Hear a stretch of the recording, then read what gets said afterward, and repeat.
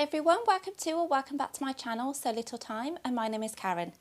So today's video is going to be all about the Tilly and the Buttons Cleo Pinafore dress. If you're not familiar with this pattern, I'll just show it you here. And you can see there's a longer version and a shorter version here. I think this one's classed as the mini as it is quite short. It has become a staple in my wardrobe. I've made it time and time again, and I do rotate it throughout the year, so it is really adaptable to all seasons. I've got 6 in total in my wardrobe, so I'm going to go through those with you now, and then afterwards I'm going to show you a short little clip of how I alter my pattern to suit my body shape. I'm a classic pear, so my hips are a lot wider than the rest of me, so I do have to alter the pattern to fit my shape as such. I have made it in the classic shape before, and I've just found that I'm just not wearing it, and it just doesn't suit me. So I'll quickly just show you on this picture again. The classic shape then for the mini style, because that's the one that I've been making, you'll see that it does come in slightly down here, so it's got like a curve around the hip, but it does come sort of taper into the leg area. Now I just find that on me that is too tight, and if I'm wearing tights it sticks to my tights and it reeves up, and I know a lot of people have complained about that. So instead of sizing up, which would make it a lot obviously baggier, I've just altered the pattern at the bottom to be more A-line basically. But I will just show you the ones that I've made before I go through the alteration stage. So the first one that I made was my toile, and it was made out of a fine needle cord that I picked up off eBay, and I did add the pocket. You can't even see it because it's disguised. I should have used a contrast or something on there, but at the time I just went ahead and put them on that. I also put the back pockets on as well, but you're not going to be able to see those. And for this one I did actually use just classic dungaree style buckles, and I have since now been using the prim sort of snap versions, because I didn't like the fact that these stuck out at the sides wider than the actual strap. But now I'm considering going back to that, and I'll explain why in a bit. So for this one then, this was the classic shape, and at the time I just thought that was okay, but after wearing it I did find that it was obviously reeving up on my tights and things, especially as this isn't lined, so it's just literally the reverse of the fabric there, and I just didn't wear it very often. And then I lost a little bit of weight a few years ago, so I then decided to take it in. So I literally just whipped down the side seams, and so I've got this sort of big hem sticking out there, not hem, sorry, seam allowance sticking out there now, because I didn't unpick the facing. It's just the needle cord's too fine to do that. But then I did find this fabric did have a little bit of give, so I was able to make the shape a little bit more A-line. So this was the one that I kind of got my shape from for my Cleos now. So I do now wear that one with black tights, and it doesn't reeve up too much. It's not too bad because the A-line-ness gives it a little bit of room around that area, so it's not actually holding onto the tights as such. So I thought when I made the first toile that the shape was okay, so I went ahead straight onto the fabric that I bought specifically for it, which was one of Tilly's kits. If you remember, she bought some kits out a while ago, and this is the teal blue sort of greeny colour, and so this is still the classic shape, and I don't wear it unfortunately, which is really sad because it's a lovely sort of denim, it's really nice soft denim, and I use top stitching thread all around the pockets and the outside of the dress as well on the edge. Yeah, and it's just been sat in my wardrobe, which is such a shame. I think I probably could wear it in the future if I lost a little bit more weight, so it wouldn't stick to my legs, but at the moment it's just sat there, unfortunately, just looking pretty in the wardrobe. And this one, you know, it does stick to my tights if I wear it, so I would need to wear it with an undergarment so it wouldn't stick to me. So I'm going to keep hold of it for now, but if I find that in another year's time it's still been sat there and unworn, then I probably will have to give it away or something. So that was the sort of official version after my toile. But then when I made the alterations to the needle cord one, I found that the A-line shape, I was just wearing it so much more. So I was like, right, I'm going to change my pattern piece. So I have now since changed my pattern pieces to reflect the changes that I made to the dress at the time. And at the time I did my usual alterations where I just whiz up and down on the sewing machine until I get it right. I took it in at the waist and then made it more A-line. And the size that I originally cut was a size 4. So the waist went into a size 3, and then I tapered out to a 4 and then went wider at the hem even more to make it more A-line. So the next one I made was a standard sort of denim that I got from John Lewis, and I really like this one. This is just sort of typical classic dungaree dress, and again I used top stitching thread around the edges of the pockets in the dress. I didn't put the pockets on this one on the back. I used a contrast facing just because I don't think I had enough denim at the time, and I've just zigzagged over the edge of that, and I interfaced it as well because it was very lightweight, sort of cotton poplin, I think. And then I've used the dungaree, prim dungaree snaps on these versions, and these ones are absolutely fine. I know this is denim, but they're really tight, and they don't jangle or flap about.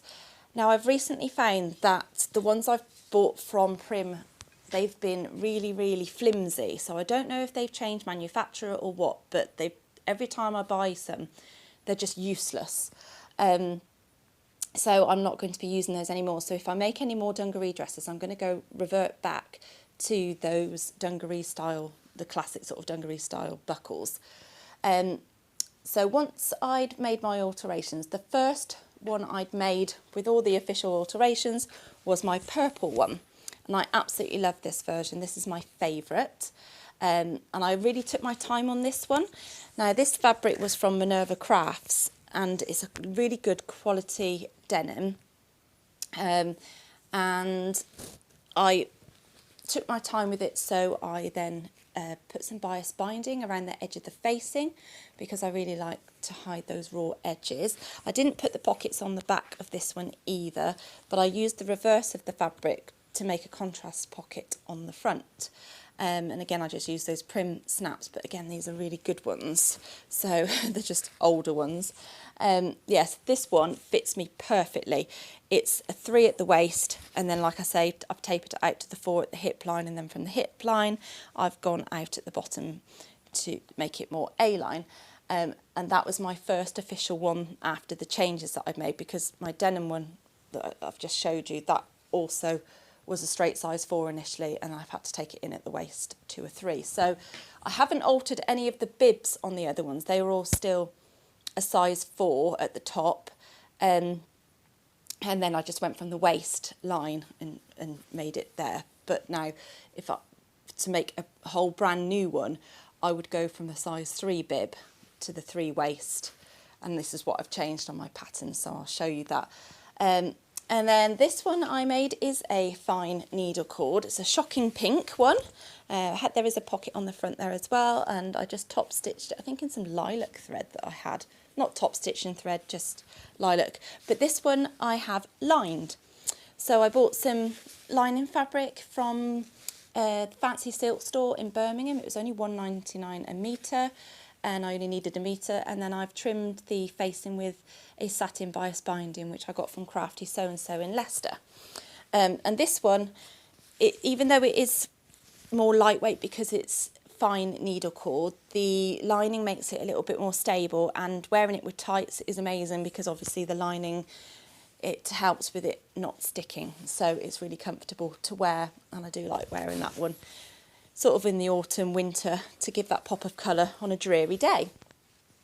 And then my final one is the one I'm wearing, which is my mustard denim, and I think I got this from Minerva, or it could have been Fabric Godmother, I can't remember now. I'm just wearing it with a ready-to-wear top, but I usually wear it with my Tilly and the Buttons Cocoa or Agnes tops, and I will always layer it with a Blackwood cardigan as well. So that's sort of my staple outfit that I wear with the Cleos. So I'll stand back with this one just so you can see the A-line shape that I am talking about, and then I'll try and show you the pattern, but then I will insert a video of how to show you how I've changed it. Okay, so you'll see then it's a 3 bib, going down to a 3 waist, and then it goes out more A-line. So I'll come in a bit closer so you can see. Excuse the wrinkles, I have been wearing it for a while. Yeah, so it just goes more A-line, whereas the normal shape would be more like this, and it just doesn't suit my shape at all. So it's just having that 3 at the waist, it just keeps it snug sort of there, and then you've got loads of room in the skirt area, you know, and I've got tights on, and this one isn't lined and it's not sticking to it whatsoever.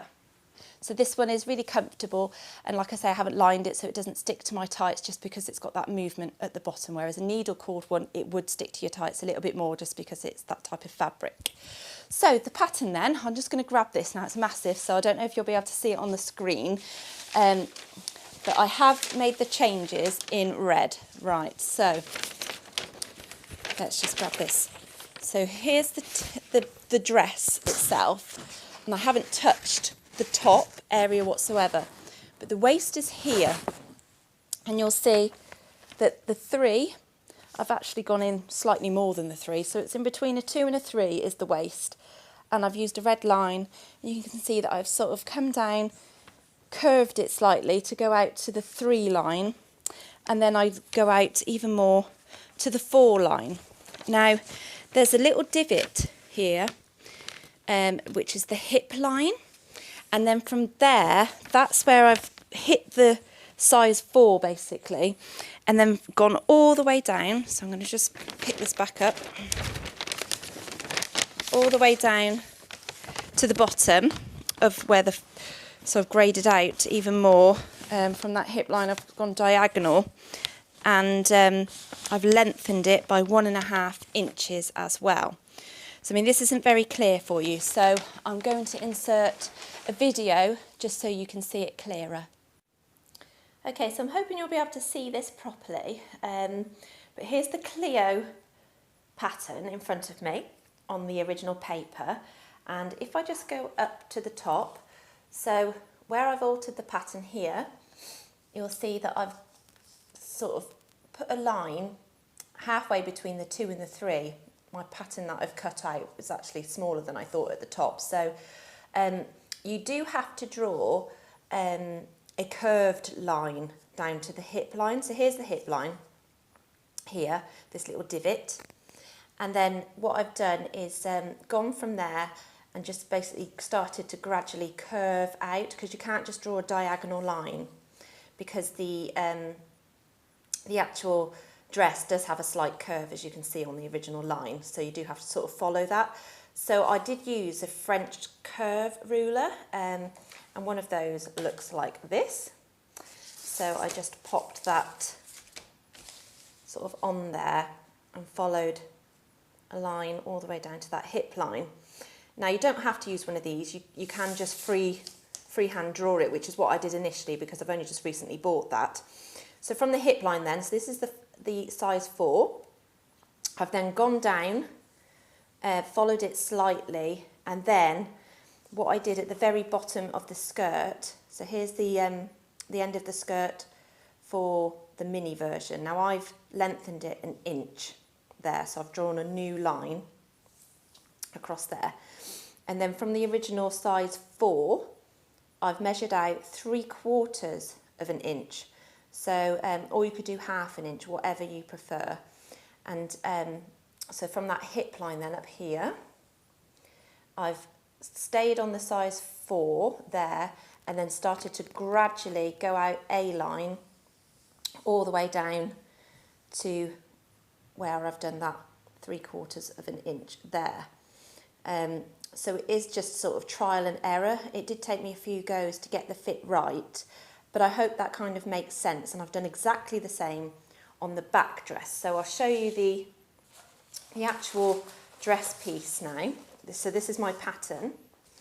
So you'll see if I put that up to where it starts as a 3, so I've actually changed the bib now to be a size 3. I'm really sorry, this isn't going to be great quality. And then you'll see I've kept it a size 3 all the way down until I get to here, and then it obviously goes out to a 4 at the hip line, just that gentle little curve. And then down here, you'll see then it starts to go out A-line there. And then you just need to make sure that you keep the pocket markings on there. And I've just done the size 4 markings for the pocket, because obviously from the hip line it's a 4. So I definitely wanted to keep that as a 4. And then at the top, that's a 3 for the top pocket. Now, I haven't used my pattern for a while because I've got more than enough Cleos to keep me going, but I do hope that that makes sense and gives you an idea of how I did it. Okay, so hopefully that made sense to you, and I hope that you can see that's how I've changed my pattern and how it now sits on my body a lot better. I'm not going to try the other one on for you to see the difference because it's just really unflattering on me at the moment. So, but I hope you can see how the A-line shape just makes it that little bit more versatile with wearing tights and that kind of thing. So thank you ever so much for watching this video. I hope that's helped some of you who have queried it before. Yeah, so happy sewing. Thanks for watching. Bye.